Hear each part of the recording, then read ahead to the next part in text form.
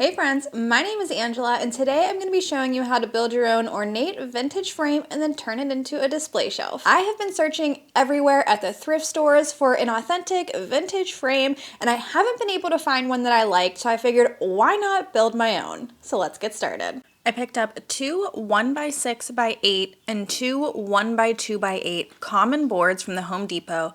However, I only ended up needing one of each. For the box of the shelf, I'm cutting the boards down to two 30-inch and two 18-inch sections. And knocked my camera over in the process. Good thing it fell onto the cushion mat and landed face up and not on the lens. Alright, where were we? Cutting down the 18-inch boards. I wanted to miter the corners and set the saw to 45 degrees.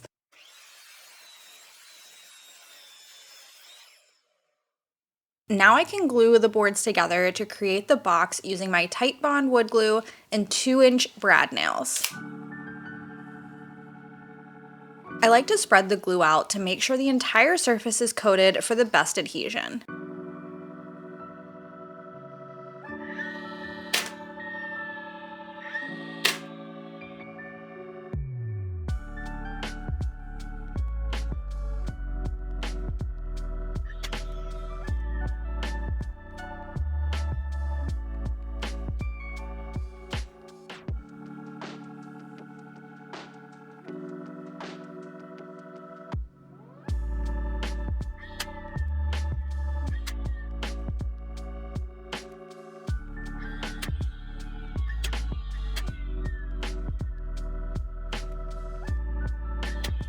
Next, I cut down the 1x2 to the same lengths, 30 inches and 18 inches, and mitered the corners. I want there to be a lip on the outside of the box, so I glued them around the face so the inside of the boards are flush.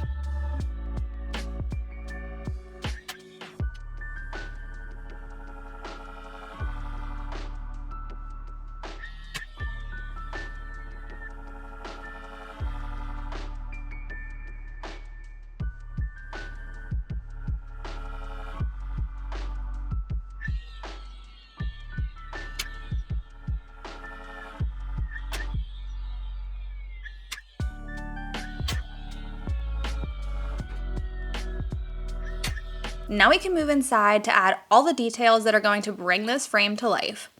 I bought these trim pieces from Home Depot and love the detail. There are tons of different options.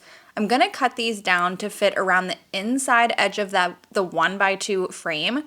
Miter shears were enough to cut these down, but a miter box would work just as well. You can see I definitely struggle here with the miter shears.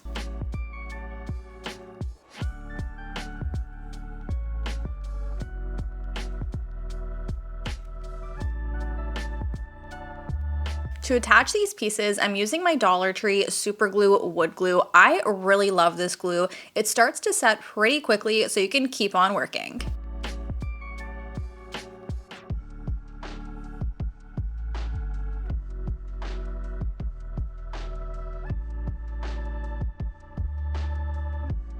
You can see there are some gaps at the corners, so I'm taking wood filler to fill them in, but this actually wasn't necessary because the corners are going to be covered up. I also added the wood filler to the inside corners, which I do feel was necessary to get a cleaner look.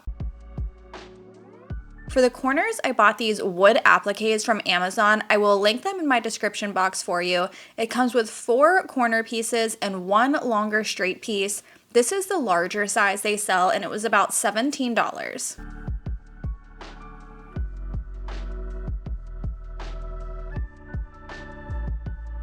I did have to add a Jenga block under the center piece while the glue dried because it kept wanting to fall down. That was the perfect height to hold it up. I let all of the wood glue dry overnight and now it's time to paint. I wanted to use what I already had on hand, so I'm using this ready-to-use paint from Walmart.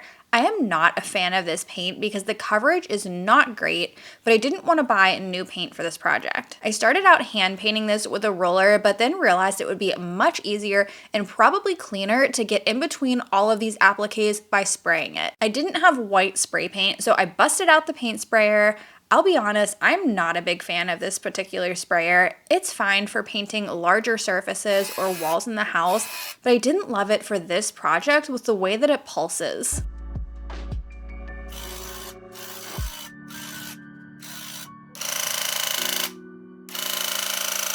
Once the paint was dry, I sprayed it with a coat of polyacrylic to seal it. I'm using satin. Matte would work Matte would work just as well, but I'm gonna add some paints and waxes, so I wanted them to easily glide on the surface. Before moving on to the paints and antiquing this frame, I wanted to add in the shelves. I found this 1/4 inch by 6 inch plywood board at Hobby Lobby and cut it down into 4 sections: 18 inches, 16 inches, 9 7/8 inches, and 6 inches, and then painted them white. To attach the shelves, I got these mini brackets from Amazon, and let me tell you, these shelves were such a pain to get on.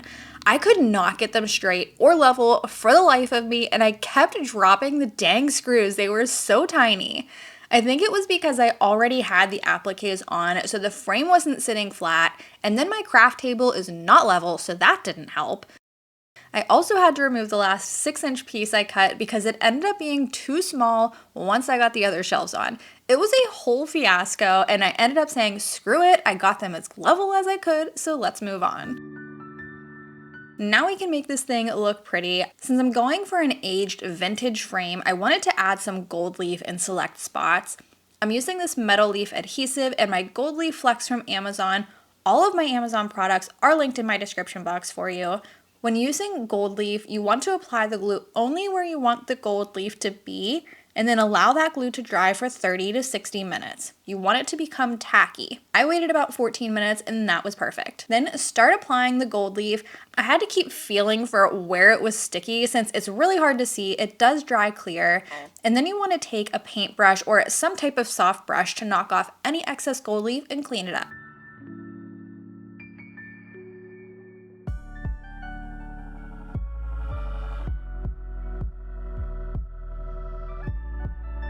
After the gold leaf was on, I'm taking this antique gold rub and buff and started applying it all over the white areas of the frame and appliques.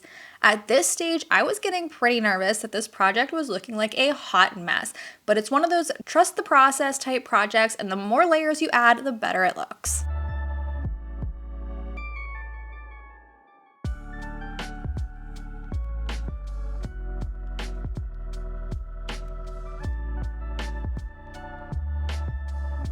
Next, I added DIY dark wax to get into all the grooves and really give this frame some depth and look aged. This is when it started coming together. I did not wipe the wax off and let it dry, and repeated this process 2 times with the rub and buff and dark wax. In the end, the gold leaf really didn't show through, so I'm not sure that step was worth it, but maybe I should have added it closer to the end. Either way, I love the way this frame turned out.